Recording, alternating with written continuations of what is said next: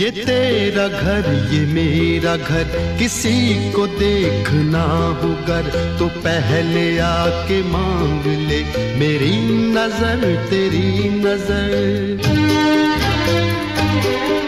ये तेरा घर ये मेरा घर, ये घर बहुत हसीन है, ये घर बहुत हसीन है, ये घर बहुत हसीन है।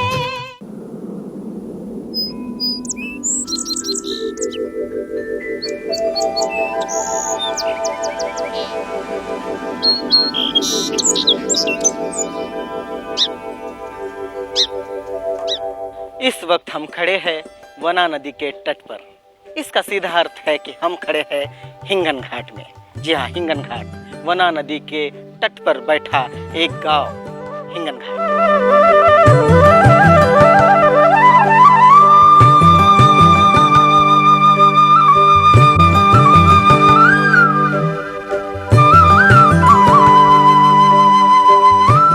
ये जो पूर्णाकृति पुतला आप शिवाजी महाराज का देख रहे हैं, जी हाँ, ये पुतला हिंगन घाट की शान है।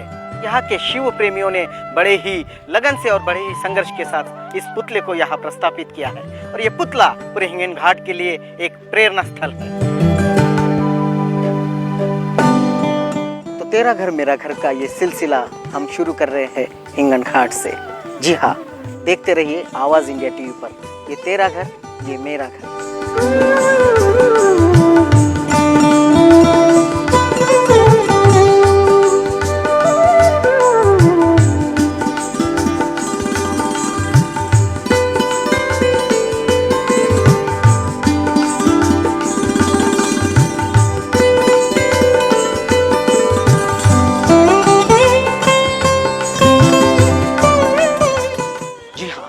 हम खड़े हैं इस पूर्णाकृति पुतले के सामने। जी हाँ, ये पुतला है बोधिसत्व परम पूज्य डॉक्टर बाबा साहब अम्बेडकर जी इनका। जी हाँ, बोधिसत्व डॉक्टर बाबा साहब अम्बेडकर जो कि भारतीय संविधान के निर्माता हैं। जी हाँ, और ये पुतला हिंगन घाट की आन है, हिंगन घाट की बान है और हिंगन घाट की शान भी है। और इसी पुतले से हम शुरुआत कर रहे हैं हिंगन घाट के इस सफ़र की। जी हाँ, हम सफ़र पे आए हैं तेरा घर मेरा घर के लिए और कुछ अम्बेडकरवादी घरों से यहाँ हम मुलाकात करने वाले हैं। कार्यक्रम है ये तेरा घर मेरा घर।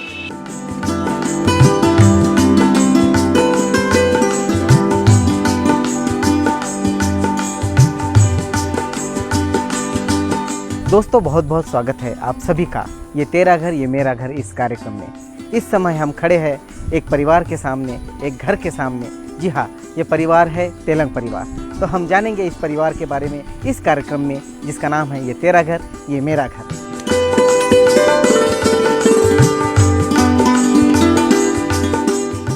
यह है तेलंग परिवार, सुखी, समृद्ध तथा संपन्न परिवार। इस परिवार के सभी लोग मिलजुल कर रहते हैं, सुख में भी और दुख में भी। आइए मिलते हैं इस परिवार से। यह है प्रलय भाऊराव जी तेलंग, उम्र 38 वर्ष, बीए की शिक्षा के बाद अब बिल्डिंग मटेरियल का व्यवसाय करते हैं। हिंगन घाट नगर निगम के चुनाव में बतौर नगर सेवक चुनकर भी आए। अपना पेट्रोल पंप भी संभालते हैं। यह है अंतिमा, प्रलय जी की जीवन संगिनी। बड़ी ही हंसमुख, कर्तव्यदक्ष, एमए बीएड की शिक्षा पूरी कर स्कूल में बच्चों को पढ़ाती है। घर का भी पूरा ध्यान रखती है। सास ससुर की बहुत ही प्यारी है अंतिमा। यह है खुशी, उम्र 9 वर्ष, 5वीं कक्षा में पढ़ती है। डांस, पेंटिंग और जूडो खेलना इन्हें बहुत पसंद है। इस नन्ही सी परी से मिलिए। इनका नाम है तन्वी, उम्र 4 वर्ष। इस घर की नन्ही सी परी हंसकर सभी के दिलों को जीत लेती है तन्वी। यह है भाऊराव श्रावण जी तेलंग। इस घर के आधार स्तंभ प्रलय जी के पिता डॉक्टर BR अम्बेडकर महाविद्यालय से बतौर प्राचार्य निवृत्त हुए। यह है इस घर की माता सरस्वती भाऊराव जी तेलंग। घर के काम करना, बच्चों के साथ खेलना, घर का पूरा देखभाल करना, यह इन्हें बहुत पसंद है। तो यह है तेलंग परिवार का परिचय। तो चलते हैं घर के भीतर, बातचीत करते हैं तेलंग परिवार के साथ। ये तेरा घर ये मेरा घर इस कार्यक्रम में आप सभी दर्शकों का स्वागत है। जैसे कि आप जानते हैं, इस वक्त हम हैं हिंगन घाट में। जी हाँ, और हिंगन घाट के एक आदर्श परिवार के साथ हम बैठे हैं। ये परिवार है तेलंग परिवार, और हम बैठे हैं प्रलय जी तेलंग और अंतिमा जी तेलंग इनके साथ। तो इनका स्वागत करते हैं तेरा घर मेरा घर इस कार्यक्रम में। प्रलय जी, अंतिमा जी, आपका बहुत बहुत स्वागत तेरा घर मेरा घर इस कार्यक्रम में, और बहुत धन्यवाद जो आपने हमारी टीम को यहाँ बुलाया, आपके इस घर में बुलाया, परिवार में बुलाया। तो जैसे कि परिवार की बात चल रही है, तो प्रलय जी, मैं आपसे एक सवाल करना चाहूँगा कि क्या होता है घर, किसे हम परिवार कहते हैं, क्या आपके मायने हैं घर के बारे में? जी, घर ऐसा होना चाहिए जैसे लोगों का सोचना है कि घर एक ईंट पत्थर से या सीमेंट से बना हुआ होता है, लेकिन मेरे हिसाब से घर ऐसा होना चाहिए कि जहाँ संस्कारों की भरमार हो, जहाँ मतलब उस घर से बच्चों का भविष्य होता है, तो वहाँ पे अगर संस्कार अगर एकदम अच्छे गिरेंगे तो उस बच्चे का भविष्य अच्छा होता है। तो उस घर में संस्कार होना बहुत ज़रूरी है। तो घर में संस्कार होना बहुत ज़रूरी है। अंतिमा जी, हम आपके तरफ आते हैं कि कैसा है कि जैसे सर ने बताया कि घर ऐसा होना चाहिए, मगर पुरुष जो होता है वो घर के उसके मायने कुछ अलग होते हैं, मगर महिलाओं के कुछ मायने अलग होते हैं, जो सपने संजोए रहती है कि मेरा घर ऐसा होना चाहिए, मेरा घर वैसा होना चाहिए। तो आपको क्या लगता है कि आपका घर कैसे होना चाहिए, और जैसा सपना आपने संजोया था कि मेरा घर ऐसा होना चाहिए, क्या ये घर वैसा ही है? हाँ हाँ, बिल्कुल ये घर वैसा ही है जैसे हमने सपने में देखा था। यहाँ प्यार है, सब लोग एक दूसरे से मिलजुल के रहते हैं, और मतलब घर यानी कुटुंब, और कुटुंब से ही समाज बनता है, समाज से ही देश विकसित होता है। तो इसलिए पहले कुटुंब अपना घर अच्छा होना चाहिए। तो ऐसे ही हमारा घर है, स्नेह और प्यार से बना हुआ हमारा घर है। जैसे मराठी में एक कहावत है की घर असावे घरासारखे, नको तो नुसत्या भिंती, तिथे असावा प्रेम जिव्हाळा, नको तो नुसती नाती। बिल्कुल उसी तरह हमारा घर है, और हम आई बाबा और हम सब लोग मिलकर रहते हैं। आप आई बाबा का आपने जिक्र किया, तो एक सवाल मैं आपसे पूछता हूँ कि आपका मायका जो है वो छोड़ के आप यहाँ पर आई, बहुत सालों तक माँ बाप के साथ रही, अब यहाँ रह रही है। तो हर महिला के जीवन में ये तो दिन आते हैं कि आपका मायका छोड़ के आपको ससुराल में आना पड़ता है। तो क्या फ़र्क है मायके में और ससुराल में? वैसे तो मायका ही रहता है, लेकिन ससुराल में जब आते हैं तो हर लड़की कुछ ना कुछ सपने लेके आती है, और हमारे वो सपने यहाँ पे पूरे हुए हैं। आई बाबा जैसे हमको अपने मम्मी पापा जैसे है, वैसे ही आई बाबा है, और उन्होंने हमारी पूरी आगे की पढ़ाई भी पूरी की। उन्होंने हमको टीचर बनाया, और सब लोग मिलजुल के रहते हैं। कभी भी कोई परेशानी भी किसी को रहे तो एक दूसरे से हम अपने गम बांटते हैं और खुशियाँ हासिल करते हैं, और जैसा मैंने सपना देखा था बिल्कुल वैसा ही मेरा परिवार है। जी, बहुत अच्छा। तो दर्शकों, आप देख रहे हैं ये तेरा घर मेरा घर। जिस तरह अंतिमा जी ने कहा है कि वो अपना मायका छोड़कर ससुराल में आई, तो यहाँ उन्हें बेटी जैसा स्नेह मिला। हम भी इस कार्यक्रम के ज़रिए आपको यही बताना चाहते हैं कि बहू को भी बेटी समझे। बस इसी संदेश के साथ हम ले रहे हैं ब्रेक। देखते रहिए ये तेरा घर ये मेरा घर। मिलते हैं एक छोटे से ब्रेक के बाद।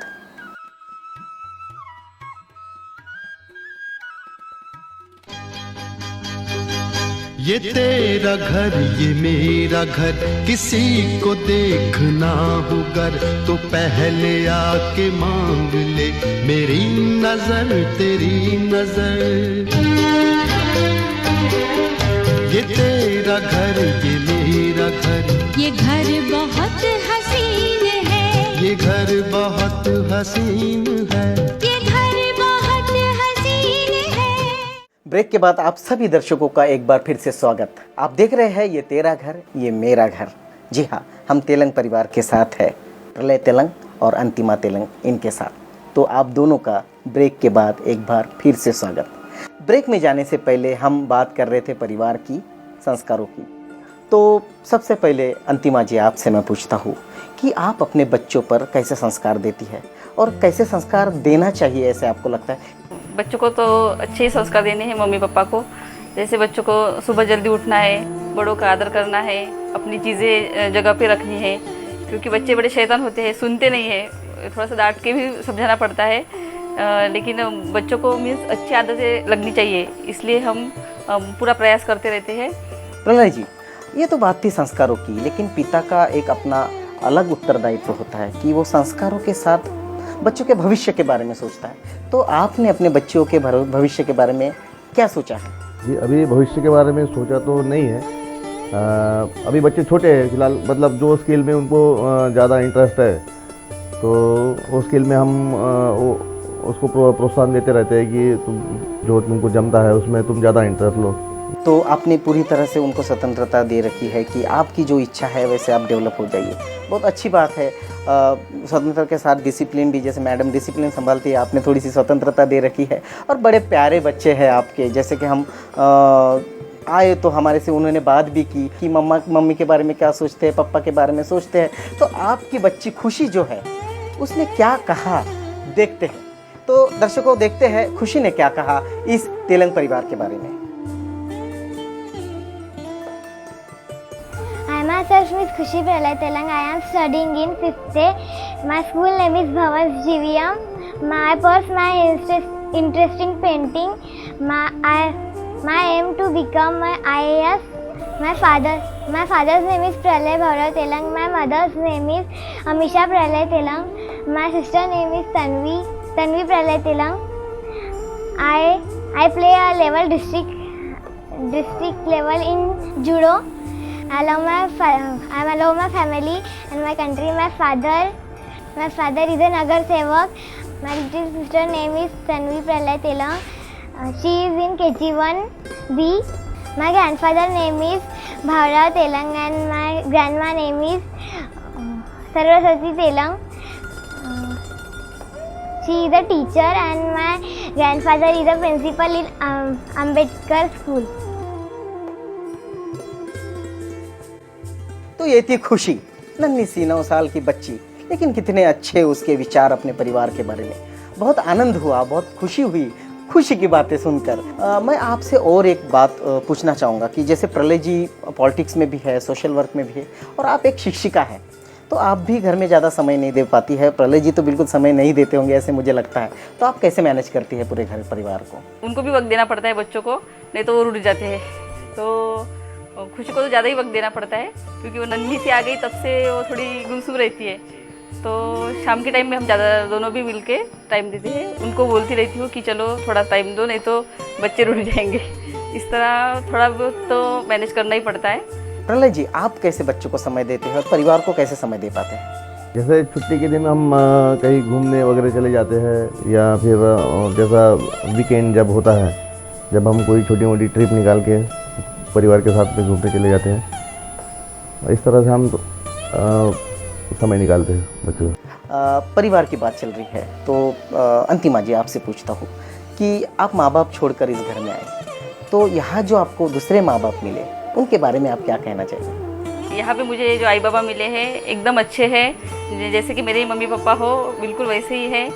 क्योंकि मेरी शिक्षा में भी उन्होंने मेरा साथ दिया, और जब अब घर परिवार चलाते हैं तो छोटे मोटे झगड़े तो होते ही रहते हैं हम दोनों के बीच में, तो आई बीच में आ जाती है और बराबर मुझे संभाल लेती है। और वो कहती हैं कि देखो दूसरे के घर की हम लाए हैं बहू, बेटी बना के, तो उसको अच्छे से रखना चाहिए।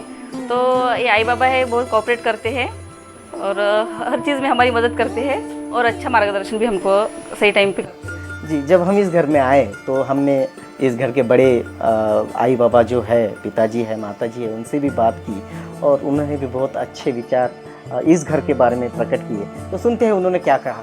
दर्शकों, इस घर के जो बड़े बुजुर्ग हैं उन्होंने किस तरह से इस घर परिवार के बारे में हमें बताया, देखते हैं। मैं भावराव श्रावण तेलंग,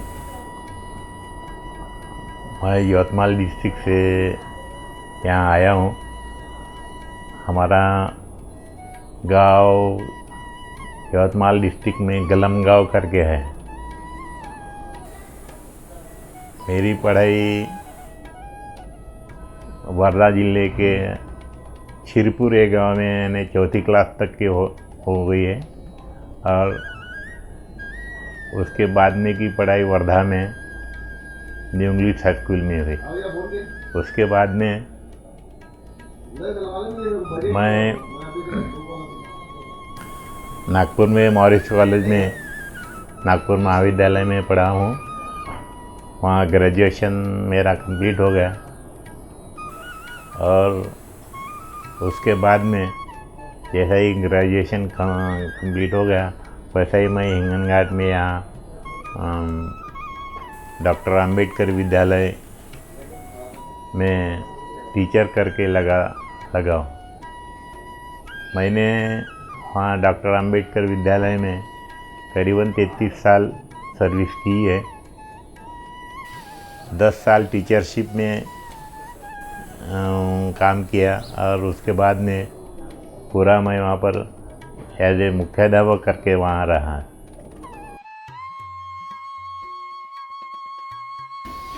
परिवार में हम 6 लोग रहते हैं हिंगन घाट में, और मेरे 2 लड़के और 1 लड़की है। तीनों की शादी हो गई है। तीनों को 6 नातू है। 2 बड़े लड़के को 2 लड़के हैं और 1 लड़की को 2 लड़कियां हैं, और 1 छोटा बच्चा जो है छोटे लड़के को 2 लड़कियां हैं। और हम सब साथ में रहते हैं हिंगन घाट में। तीनों लड़कों की शादी हो गई है। लड़की भिलाई में रहती है, और बड़ा लड़का जो है वो इंजीनियर हैदराबाद में है, डिफेंस में। और ये छोटा लड़का सामाजिक कार्य करता है, हिंगन घाट का नगर सेवक है। तो ये थे इस घर में बड़े बुजुर्गों के विचार, कैसे होना चाहिए परिवार, किस तरह से होना चाहिए परिवार। आप दोनों ने और सभी ने इस घर में काफ़ी अच्छा एक माहौल बनाया है, काफ़ी प्रेम सद्भाव का माहौल है। तो इस माहौल में आप कुछ त्यौहार मनाते होंगे। इस घर में तो सभी त्यौहार मनाए जाते हैं। बुद्ध पूर्णिमा है, डॉक्टर बाबा साहब अम्बेडकर की जयंती है, या फिर अपनी वो पहली पूर्णिमा रहती है आषाढ़ी पूर्णिमा। हर पूर्णिमा का महत्व जानते हैं, इसलिए हर पूर्णिमा को भी हम सेलिब्रेशन करते हैं। घर में मिठाई बनाई जाती है, जिससे मीठा पदार्थ बनाया जाता है। और बच्चों को मीन्स एक पूर्णिमा के दिन एक साथ सब लोग बैठकर हम वंदना करते हैं। बहुत बड़ी खुशी की बात है कि आप पूर्णिमा मनाती है। पूर्णिमा का महत्व भी आपको पता है। प्रलय जी, आप सामाजिक और राजकीय क्षेत्र में काम करते हैं, तो आपको भी बाहर जाके कुछ त्यौहार मनाना होता है। कुछ हमारे राष्ट्रीय त्यौहार मनाते हैं हम लोग, उसको भी मनाना पड़ता है। आप किस तरह से त्योहारों को मनाते हैं? जी, साल में जो भी अपने यहाँ पे त्यौहार होते हैं, जितने भी राष्ट्र संत हैं या जितने भी महापुरुष हैं, उनकी जयंती वगैरह सब हम सभी की जयंती हम मनाते हैं, और उनके बारे में बच्चों को भी बताते हैं कि ये संत है, ये महापुरुष है, इनकी आज जयंती है। ये सब हम उनको जानकारी देते हैं सब बच्चों को। क्या बात है, एक बहुत अच्छी बात आपने कही। दोस्तों, बातचीत जारी रहेगी, देखते रहिए ये तेरा घर ये मेरा घर। मिलते हैं एक छोटे से ब्रेक के बाद।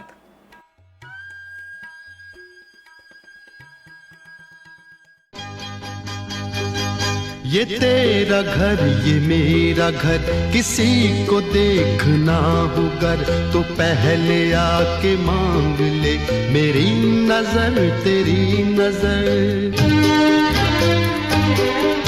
ये तेरा घर ये मेरा घर, ये घर बहुत हसीन है, ये घर बहुत हसीन है, ये घर बहुत हसीन है। ब्रेक के बाद आप सभी दर्शकों का एक बार फिर से स्वागत। आप देख रहे हैं ये तेरा घर ये मेरा घर। हम बैठे हैं तेलंग परिवार में। तो प्रलय जी, काफ़ी अच्छा रिलेशन डेवलप किया है आपने अपने परिवार में, और आपस में भी आप भी काम करते हैं, आप भी शिक्षिका है। एक दूसरे से कैसा सहयोग करते हैं, क्योंकि दोनों की ज़िंदगी बिजी है, तो आप एक दूसरे को किस तरह से सहायता करते हैं? पहले अंतिमा जी आप बताइए कि आप उनके काम में क्या सहायता करती हैं? टाइम तो कम ही रहता है एक दूसरे को देने के लिए, फिर भी मैनेज कर लेते हैं। कभी कभी रात को देर से घर में आते हैं तो थोड़ी परेशानी हो जाती है, कभी कभी चिड़चिड़ भी करती हूँ, लेकिन फिर संभाल लेती हूँ अपने आप को ही। मैं आपको रोकना चाहूँगा कि प्रलय जी, अभी इन्होंने कहा थोड़ी सी मैं चिड़चिड़ करती हूँ। जब आपको लगता है कि मैडम गुस्से में है, तब इनका गुस्सा शांत करने के लिए आप क्या करते हैं? नहीं, इनका गुस्सा तो आता ही है जनरली। मेरे को बहुत बार ऐसा होता है कि मेरे को लेट आना पड़ता है घर पे, तो वो गुस्सा तो होती है, लेकिन बाद में समझाने के बाद में शांत भी हो जाती है, और उसको समझ में आता है कि इनके पीछे बहुत सारे काम रहते हैं घर के, उनको समय होता है, तो शांत भी हो जाती है। वैसे परिवार होता है, घर होता है, तो सुख दुख लगे रहते हैं। तो इस घर में भी कुछ खुशी के पल आए होंगे, कुछ दुख के भी पल आए होंगे। तो प्रलय जी, सबसे पहले मैं आपसे पूछता हूँ, जी मेरी बच्ची बड़ी वाली जो खुशी है उसका जन्म, वो बड़ी एक खुशी की बात थी हमारे लिए, हमारे परिवार के लिए। उस समय मेरे को बेहद खुशी हुई थी और मैं अपने दोस्तों के साथ में भी मैं वो खुशी मैंने शेयर किया। अक्सर हम लोग देखते हैं कि अगर बेटी हमारे घर में जन्म लेती है तो हमारा समाज उसे अच्छे से नहीं लेता, बहुत दुखी होता है कि बेटी जन्मी है इस घर में। लेकिन मैं देख रहा हूँ कि यहाँ 2 खूबसूरत बेटियों ने जन्म लिया है, तो आपको कैसे लगा? मुझे तो बेहद खुशी हुई। दोनों बच्चियाँ, मतलब मैं तो अपना सौभाग्य समझता हूँ कि मेरे को दोनों बच्चियाँ हुई। अपने देश में ऐसी बहुत सी जगह ऐसे अंधश्रद्धा है कि मेरे को एक घर का चिराग चाहिए, बच्चा चाहिए, लड़का वंशज चाहिए। तो मैं इन सब सारी चीज़ों को बातों को नहीं मानता हूँ और मैं थोड़ा वैसा भी बच्चों के प्रति ज़्यादा मेरे को आकर्षण है बच्चों का। और जी, बहुत अच्छा संदेश इस घर से जा रहा है कि ये इतना सुंदर संदेश है कि बेटे और बेटी में आप फ़र्क ना करें। अंतिमा जी, आपके लिए कौन सा पल ऐसा बहुत खुशी का था? हम मेरे लिए सबसे खुशी का पल वो था जब ये चुनाव जीतने के लिए उम्मीदवार बन के खड़े थे। फिर हम लोगों ने बहुत सारा प्रचार किया लगातार 1 महीने तक, ना दिन देखा ना रात देखा। जब मेहनत तब रंग लाई जब ये चुनाव जीत के आए और पूरे हमारे वार्ड में भी खुशी का माहौल था और वो मेरी ज़िंदगी का भी सबसे खुशनसीब पल था। उस पल में आपने क्या खुशियाँ कैसे इजहार किया, खुशियों के बारे में? तब तो ढोल ताशे तो बज ही रहे थे, हमारे साहब जीत के आए थे और सब लोगों को खुशी हो रही थी। राष्ट्रवादी की तरफ से थे ये और मिस रैली निकली थी और हम लोग मस्त खूब नाच रहे थे। इस तरह मिठाई बांट के हम लोगों ने ये सेलिब्रेशन को, अपनी खुशी को जाहिर किया। ये हमारी ज़िंदगी का सबसे अच्छा और खुश नसीब पल था, खुशी का पल था। बहुत खुशी की बात है कि इतनी खुशियाँ आपने हमारे दर्शकों को बांटी, लेकिन खुशियों के साथ कभी दुख भी आ जाता है।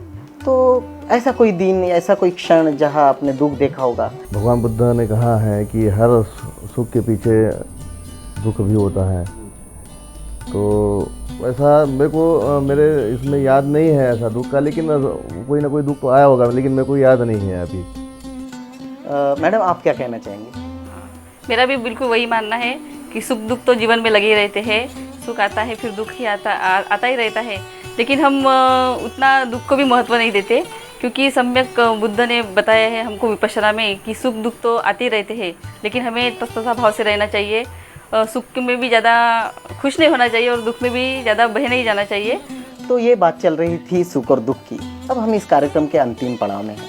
इसमें हम जानेंगे प्रलय जी से अंतिमा जी आपके बारे में और आपसे जानेंगे प्रलय जी के बारे में।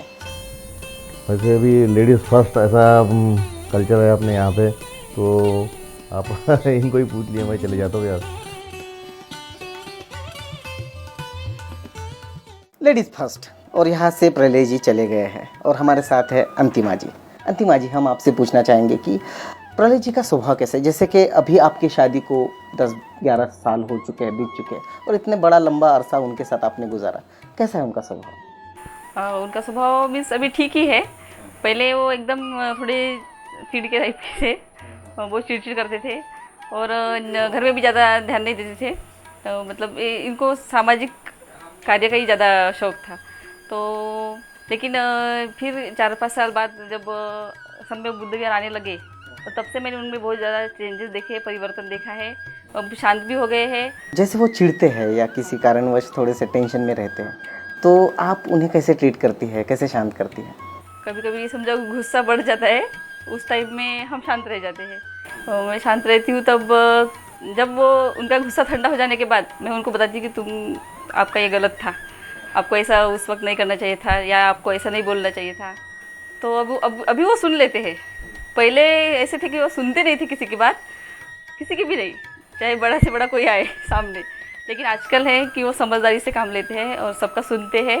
अच्छा, उनके बारे में कोई ऐसा हिंदी गीत आपको लगता है कि उनके लिए गाना चाहिए आपने, ऐसा कुछ गीत आपको याद आ रहा है? वही पुराना जो हर औरत अपने पति के लिए गाती है, आए हो मेरी जिंदगी में। उसे थोड़ा गा कर बताइए। आए हो मेरी जिंदगी में तुम बहार बनके, मेरे दिल में यूं ही रहना है। तो दोस्तों ये बातचीत चल रही थी अंतिमा जी के साथ और प्रलय जी को यहाँ बुला रहे हैं, तो हम बुला रहे हैं प्रलय जी को। दर्शकों, हमारी बातचीत चल रही थी अंतिमा जी के साथ। प्रलय जी के बारे में बहुत सी बातें उन्होंने बताई, हमें बहुत अच्छा लगा। प्रलय जी, हमने अभी अंतिमा जी से कुछ बातचीत की और बहुत अच्छा लगा। इतनी अच्छी केमिस्ट्री आप दोनों में है। हर कपल ने अगर इसी तरह से केमिस्ट्री रखते हैं तो संसार बहुत सुखी हो जाएगा। मैं आपसे पूछता हूँ उनके बारे में। 10 साल 11 साल आपकी शादी को हो चुके हैं, एक लंबा अरसा आपने उनके साथ गुजारा। कैसा है उनका स्वभाव? उसको बना ही मेरे लिए है, ऐसा मैं सोचता हूँ। और जैसा मेरा स्वभाव थोड़ा सा एक चिड़चिड़ा था, तो वो मेरे स्वभाव को शांत करने में सक्षम हुई। वो एक शिक्षिका है और स्कूल में भी उन्हें समय देना पड़ता है, घर में भी समय देना पड़ता है। आप कभी कभी घर में नहीं होती हो तो बहुत सारे काम उनके करने पड़ते हैं, तो उन पे भी एक बहुत मानसिक तनाव होता है। वो कभी रूठ भी जाती होगी, कभी चिड़चिड़ाती भी होगी, तो ऐसे वक्त में आप उनको कैसे मनाते? जो उसको समझाने से, वो बहुत समझदार है, समझदार किस्म की है। उसको एक बार समझाने के बाद में उसको सब समझ में आता है और उसको समझाने का प्रयत्न मैं करते रहता हूँ। जब वो ऐसा मौका आता है कि कभी वो चिढ़ती है तब, तो वो शांत हो जाती है, फिर वो समझ जाती है। जी, बहुत अच्छी केमिस्ट्री है आप दोनों की। दर्शकों, ये थे विचार प्रलय जी के अंतिमा जी के बारे में। तो अब हम अंतिमा जी को यही बुलाते हैं और अंतिम पड़ाव में है इस कार्यक्रम के। ये कार्यक्रम है ये तेरा घर ये मेरा घर। तो दोनों यहाँ आ गए हैं और हम इस कार्यक्रम के अंतिम पड़ाव में हैं। प्रलय जी, अंतिमा जी, आप दोनों ने हमें आपके घर पर बुलाया, आवाज़ इंडिया टीवी की पूरी टीम को बुलाया और आपने हिस्सा लिया इस कार्यक्रम में जिसका नाम है ये तेरा घर ये मेरा घर। और इस घर में आकर हमें जो महसूस हुआ कि हम पहली बार इस घर में आए और हमें ऐसे महसूस हुआ कि ये हमारा ही घर है और बहुत अच्छा वक्त हमारा गुजरा आपके साथ। आप दोनों को हम बहुत बहुत धन्यवाद देना चाहते हैं और बहुत बहुत मंगल कामना देना चाहते हैं आवाज़ इंडिया टीवी की ओर से कि आप सुखी रहे, संपन्न रहे और ये घर आपका सुखी रहे। आप दोनों का बहुत बहुत धन्यवाद। तो दर्शकों, आप देख रहे थे ये तेरा घर ये मेरा घर। हम थे तेलंग परिवार के साथ। ये कार्यक्रम यही समाप्त करते हैं। आपको मिलवाएंगे किसी और परिवार से, किसी और आंगन में, किसी और छत के नीचे। तब तक देखते रहिए तेरा घर ये मेरा घर।